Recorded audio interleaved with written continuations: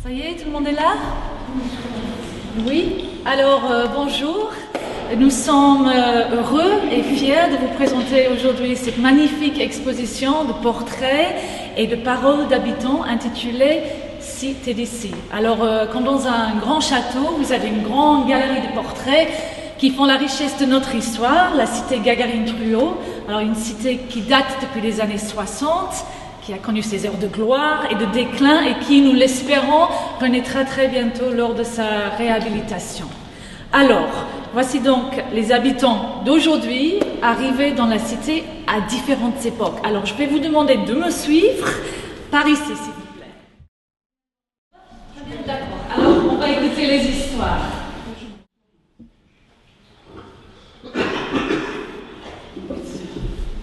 Bonjour. Alors, dire j'habite une cité, c'est pas la même chose que de dire j'habite un pavillon. Dans une cité, tout est pareil. Même mur, même fenêtre, même escalier. Et quand on sort... Bonjour! Tout le monde le sait. On sait toujours ce que font les autres. Hein. On n'est jamais seul. Ah, une cité, c'est comme un village, hein? Ah oui. Bah oui. Sandrine et Ludovic d'Arras-Malher, 35 et 41 ans. Ma fille et mon chat. Bon. Nous sommes arrivés dans le cadre d'un dossier d'allô.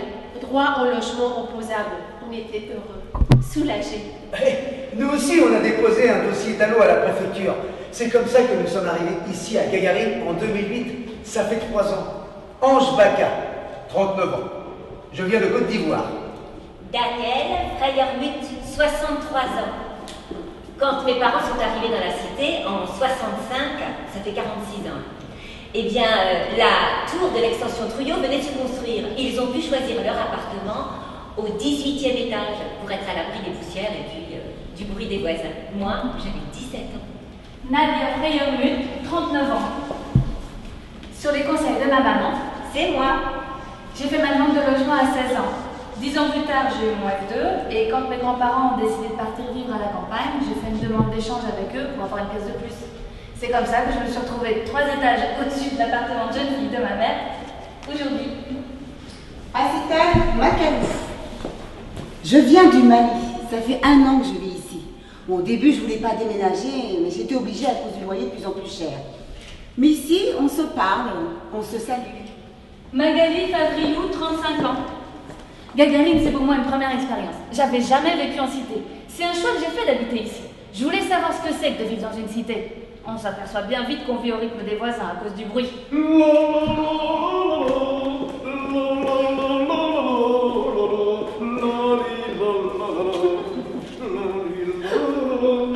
Salvatore Michel Picardi, 49 ans. Je suis prof de musique au conservatoire d'Ivry depuis 30 ans. Mes parents ont été les premiers habitants de la Barre en 60. Ils sont arrivés d'Italie en 56. Ivenka Vukovic. Nous sommes nés en Yougoslavie. Moi, Ivenka, en Bosnie, et lui, Milorad, au Monténégro. J'ai 78 ans et lui, 64. Aujourd'hui, cela fait 14 ans que j'habite à Gagarine et lui, il est venu vivre ici il y a 3 ans. Nous ne sommes pas mariés, mais nous avons le même nom. C'est un hasard, hein? Daniel Jalonetz, 66 ans. J'ai vécu tout le temps à Ivry. Ça fait 32 ans que je vis ici à Gagarine. Pour nous, c'était un palace. Moi, je me plais ici. On paye 434 € pour un F3 avec une vue magnifique. La CNL, la défense des locataires, c'est venu plus tard, en 86. Mais on s'est battu pour les loyers. On a même réussi à empêcher des expulsions. Et ça, on en est fiers. Aujourd'hui, il y a peut-être moins d'expulsions dans la cité. Mais c'est peut-être aussi parce qu'il y a des gens qui font des emprunts pour pas être en dette de loyer. Pierrette Malapri, 80 ans. Quand je suis arrivée à Gagarine, c'était en 75, j'avais 40 ans. Je venais de me remarier et je suis venue m'installer avec mon mari. Avant, j'étais employée de maison à domicile et je vivais avec ma fille chez mes patrons. Solange Réglier-Buissonnière, 48 ans. Aujourd'hui, cela fait 24 ans que j'habite à Gagarine. Ma famille est ivrienne depuis 5 générations. Hein. Lui, c'est Dominique. On est ensemble depuis 9 ans. Oh Pat, viens. Viens. Allez, viens. Bonjour. Faisal Benarbia, 28 ans. Nous sommes venus à Trio, j'avais 4 ans, et ensuite Gagarine.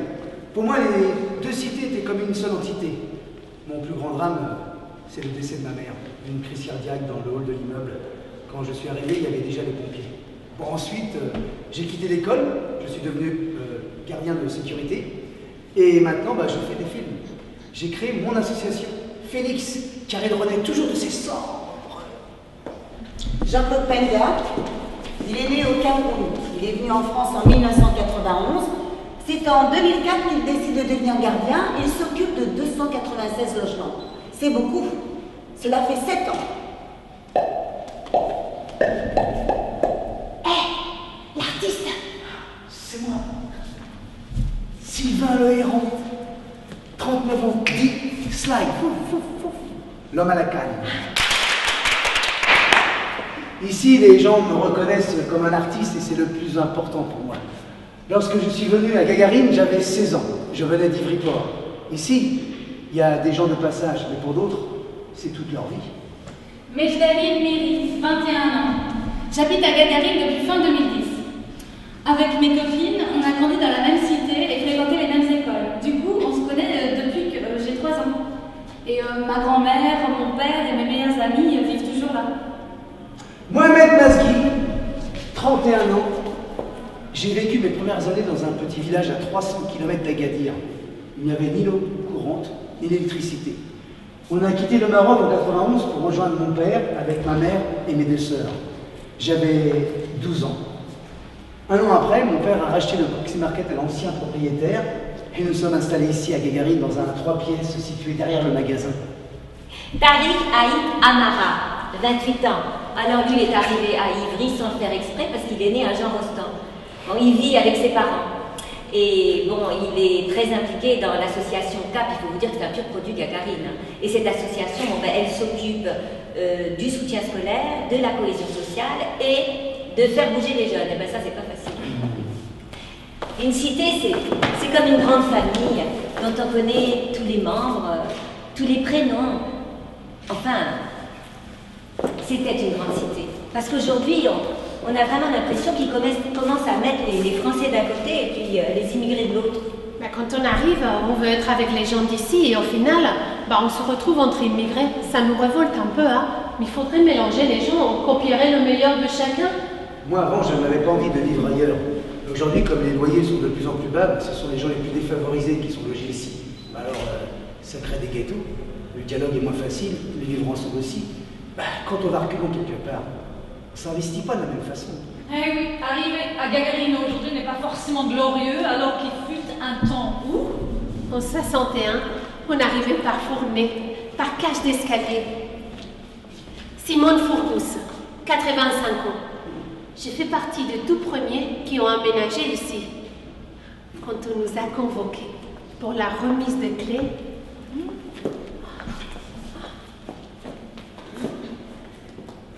vous avez vu l'ascenseur? Il est immense et puis il y a un miroir. Tout est neuf! Vous avez vu la salle de bain? Il faut dire qu'avant, on se lavait à l'évier de la cuisine avec une bassine. Hein? Il y a un water dans l'appartement. Non, si, occupé. Mais ici, mais c'est le paradis. On a créé l'amicale des locataires avec un délégué par escalier. Ça tournait bien, hein?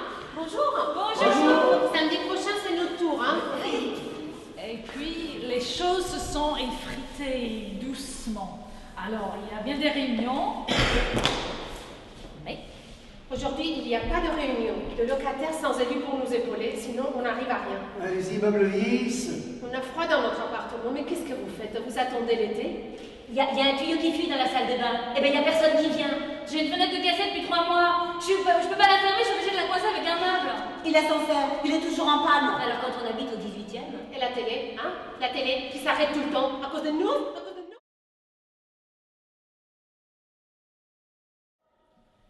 Moi, avant, j'habitais rue Pierre Gallet, au-dessus du lavoir municipal. Daniel Le Morvan, 78 ans. C'était un lavoir façon Zola, avec les lavandières, les femmes qui lavaient le linge pour les autres. Moi, j'étais le gérant et ma femme était la caissière. Bah, ça a duré jusqu'aux années 60 avec l'arrivée des machines à laver. On a dû quitter et on a été relogé à Gagarine. Ensuite, le lavoir est devenu une salle de boxe. Et aujourd'hui, c'est les restaurants du cœur. Très peu de gens se rappellent du lavoir. Ici, à Évry, il a ouvert après la guerre. Il y avait des grosses chaudières qui marchaient avec du charbon. Il n'y avait pas de voiture, ni de télé. Aujourd'hui, le paradoxe, c'est que les gens sont dans la misère, mais avec plus de confort. Je trouve ça étrange. Si à l'époque, on avait eu la moitié de tout ça. Le bruit de train, c'est insoutenable. En été surtout.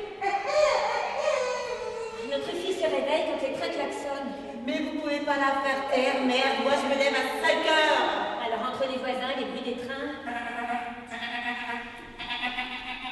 Elle démarre ta voiture, mais là, la casse, il y en a marre. Et la saleté, là. Boum. Aïe. C'est des gens malades qui jettent les trucs par les fenêtres. Il paraît que dans cette tour, ils ont aménagé des appartements pour mettre des personnes qui viennent de l'hôpital psychiatrique de Villejuif. Boum. Le ménage, il est fait 2 fois par jour, hein. Et 2 heures après, c'est toujours pareil. Et le week-end, il n'y a pas du tout de ménage. Moi, j'aimerais bien inviter des amis, mais il y a du pipi dans l'ascenseur et des papiers par terre. Ah, j'ai honte. Le matin, quand je vois les gens qui font le ménage, eh ben je les plains, hein. Mais on devrait les décorer. Merci. Merci beaucoup, hein. Il faudrait faire un vrai grand ménage. Hein. Repeindre les murs. Donner de l'eau chaude au personnel de ménage. Parce qu'ici à Gagarine, les logements sont rationnels, hein, bien conçus, avec séchoir, Placard. Douche. Water. On est en plein centre-ville, à 10 minutes du cinéma Le Luxi, de la médiathèque et pas très loin de Carrefour. Moi, avec ma copine, on a du mal à trouver un logement. Bah, on me donne un appartement à Gagarine, je le prends. Ah bah oui. Et la vue est magnifique aussi, avec de superbes couchers de soleil. C'est vrai. Moi, je me sens bien dans mon appartement avec mes chats qui m'épluchent. Des nounours. Et je les ramasse dans le caniveau. Et puis, je les nettoie. J'en ai des dizaines. Mon préféré s'appelle Parfait parce que je l'ai trouvé le jour de la Saint-Parfait. Oh, je suis toujours très occupée dans la journée. Je vais rendre visite à mes amis qui sont à l'hôpital Charles-de-Foix ou alors à la MAPAD, la résidence pour personnes âgées de Vitry. Et puis, ce sont tous des anciens voisins. Hein. L'après-midi, je retrouve mes copines dans une brasserie. Bonjour. Bonjour. Vous avez vu les filles? Les soldes. 5 € moi, On reste 1 € ou 2 ensemble. tous les jours. Et puis, une fois par mois, on va manger un morceau dans un snack. Mais pas trop cher, hein. On fait selon nos moyens. Ah bah il faut compter quand on n'a pas beaucoup de sous, hein. À demain. Jean-Baptiste. Ben, les jeunes, ils me disent bonjour quand même, hein. Je les croise tout le temps. Quand ils jouent au football, sous mes fenêtres. Là-bas, ça fait du bruit, hein, mais on ne peut pas empêcher les jeunes de jouer. Et puis, il y a aussi les pompiers qui s'entraînent ici. Oh, ben, c'est des jolis gars. C'est pas sympa, ça? Si. Moi, le débat sur la réputation de cette cité m'agace. La cité a mauvaise réputation à cause du regard de ceux qui vivent à l'extérieur. T'as vu? Il y a une nouvelle locataire qui vient d'arriver. Bonjour. Gendarme. Bonjour. Les gens arrivés récemment, quand on leur parle, on a l'impression qu'on leur fait peur, hein. Dans une cité, il y a de tout. Il y a des fous et des gens bien. Mais au moins, ils communiquent. Puis il y a des jeunes, Quoi? les mêmes qui font peur à tout le monde. Quoi? Ben, ce sont les mêmes qui aident ma mère à monter leur course quand l'ascenseur est en panne. Ah ouais? Ça se fait beaucoup ici, hein, les jeunes qui aident des personnes âgées. Ah ouais. Oui, mais les jeunes qui traînent en bas, Quoi? et ben quand ils ont fumé, ils sont dans les vapes et ils ne vont plus s'en aller. Quoi? Et puis les plus jeunes le voient faire et on a peur qu'ils prennent exemple. Bah vas-y, va fumer ton chien. Sanson. Non, mais je peux comprendre que quand on est une personne âgée ou qu'on a des enfants en bas âge, on puisse avoir peur. Mais tous ces jeunes-là, où voulez-vous qu'ils se réunissent si ce n'est en bas? Non, mais il faut leur trouver un endroit à eux. Bah ouais. Et Sanson. C'est vrai qu'on donne la priorité à l'enfance, mais après 12 ans, il n'y a plus rien. J'ai toujours eu des amis qui se posent en bas des immeubles. La seule chose qui m'ennuie, c'est qu'il n'y a jamais de filles dans ces groupes. Bon, vas-y, toi. Quand je suis arrivé, je suis rentré au collège Politzer. Politzer. Bon, je parlais mal le français. Il y a tout de suite eu des élèves qui m'ont aidé. T'as besoin d'aide? Oui. T'as compris le cours? Non. Mais il y avait des Marocains et des Français. Ce sont devenus mes amis. Allez, venez, on va jouer. Moi j'ai la chance chance d'avoir de bons voisins.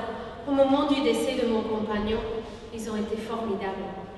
Je m'occupais de faire à manger pour l'enterrement.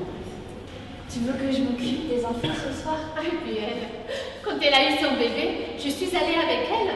J'ai vu naître son bébé. Je l'ai vu sortir. Nous sommes liés à vie, comme je suis liée à Ivry. Aujourd'hui, les aides sociales sont plutôt financières qu'humaines, on donne les sous et puis voilà. Alors les jeunes, ils sont un peu seuls, perdus, les parents aussi. Alors en 15 ans, il y a une dégradation sociale et puis un appauvrissement des liens. Oui, mais ils se renouent un peu. Ben, ça se voit avec les enfants qui recommencent à jouer en bas. Je pense que ça vient des cultures qui ont des traditions d'entraide. Ben, ce serait dommage qu'une population moins riche économiquement soit éjectée au bénéfice des populations plus calmes, mais moins riches socialement. N'empêche qu'à Gagarine, ça devient de plus en plus dur. Oui, la cité est devenue pauvre, sale, dégradée, et puis le ton, il monte facilement. Il y a de plus en plus de violence. Bah, en 95, on aurait pu mieux faire au moment de la rénovation, là, parce que sur le projet, là, sur le papier, le projet il tenait la route, mais côté réalisation, non mais moi j'ai l'impression qu'on ne fait pas attention aux gens qui vivent là. En 2010, le projet de réhabilitation avec la destruction d'une partie de la cité est passé en conseil municipal. Alors aujourd'hui, ils attendent le financement pour la rénovation. Alors, ça fait parler les gens. Qu'est-ce qu'on va devenir? Moi, je me plaisais bien ici. Nous, on s'est fait philosophie. On ira où on nous mettra.